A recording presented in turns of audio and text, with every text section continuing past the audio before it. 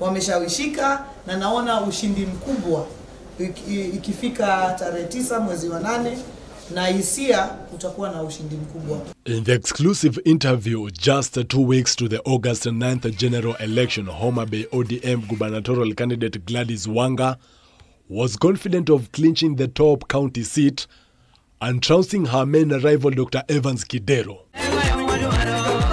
She mounted massive campaigns and on the D-Day voted in one of the polling stations near her home in Rangwe.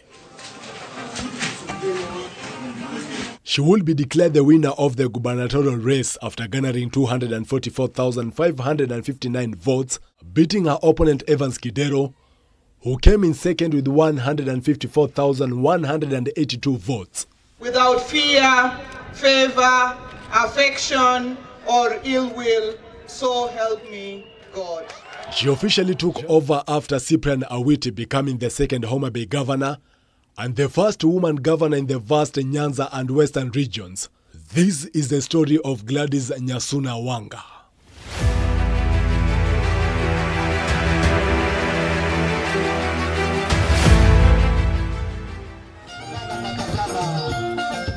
It is 8 o'clock in the morning. I meet Homa Bay Governor Gladyswanga in her office.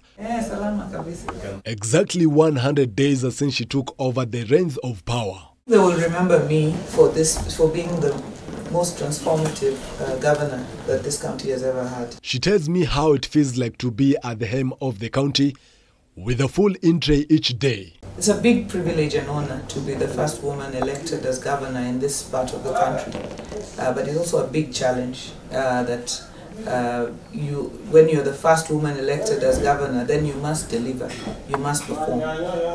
Failure to which other women coming after you will be told that the women who elected ahead of you didn't perform. I question how she balances work and family. It's a very difficult balance to strike because everything demands your attention. It's like you have a family of your nuclear, then you also have another family of the county. And all these things are demanding your time and your attention and your emotional support and everything. So I think for any politician you will find the most difficult balance to strike is that one. Although she is regarded as the fearless lady among Raila Odinga's allies, she views herself differently. People maybe think this one guy, she just a rough person who will, But I'm actually a born-again Christian. So I'm a very, very polite person. I barely offend people. So they might have been made to believe that I'm cantankerous, but I'm not. After being elected as governor, Wanga was on the front line at the Bomas of Kenya during the tallying of the presidential results. What would you say actually transpired during that particular time? We all saw what happened at the Bomas of Kenya. I can't say I was happy, no. I think it was the most distressful day of my life. I mean, it was sad for us. And I think we'll never really know what happened behind the scenes, but for me it was a very sad day. President William Ruto has since toured Homa Bay County on official business. However, the host governor was notably absent during the occasion due to other engagements in Mombasa.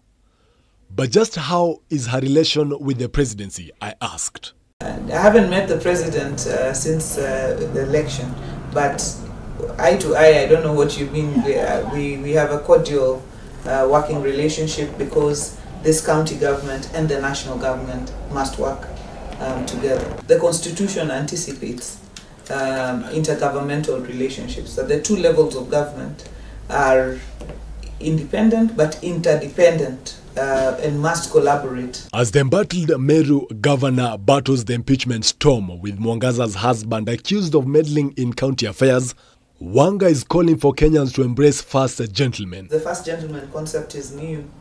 People find it, they want us to hide our spouses, but we can't. I mean, if a first gentleman wants to carry a cause and say to plant trees or talk to the boy child, just as first ladies are doing, that should be acceptable. So I feel anybody who's attacking any governor, especially women governors, on the basis of involvement of their spouses in causes that don't necessarily use public money. I think those are people who are treating those governors unfairly. She attributes her political career to the mentorship she received from her father, something she's keen to impart on her children. Of my children, I think they're still making decisions, but I suspect that I will have somebody in among my children who will be a politician. I'm apprenticing them, so I'll see who has the most interest, but they're still fairly young. So I'm sure we will have a politician coming. As a governor, what track record does she wants to leave behind? We are bold, and we are going for what we want. We are positioning Homa Bay. We are positioning Homa Bay as a producing county, not a consuming county. That's agriculture. We are positioning Homa Bay as the county that has 80% of Kenya's in Victoria. So we are positioning Homa Bay for tourism. We are positioning Homa Bay, not just tourism of our lake shores, but we will also get to a point of positioning Homa Bay for health tourism. We're going to transform our healthcare, we're going to transform our agriculture, and we're going to change the face of Homa Bay. And that is what we will be remembered for. We will bring on board the youth, we will bring on board the women, we will bring on board people with disability. We're going to be an inclusive government. Away from the official duties, how does Governor Wanga loosen up? I'm not an uptight person, so I swim, I do puzzles, I go to movies. I'm easy when I'm not on official duty, but even when I'm on official duty, I like to take a drink with the women, dance with them. It's happy stuff. Life is not that serious. Joel Chacha, K24 TV, Homa Bay County.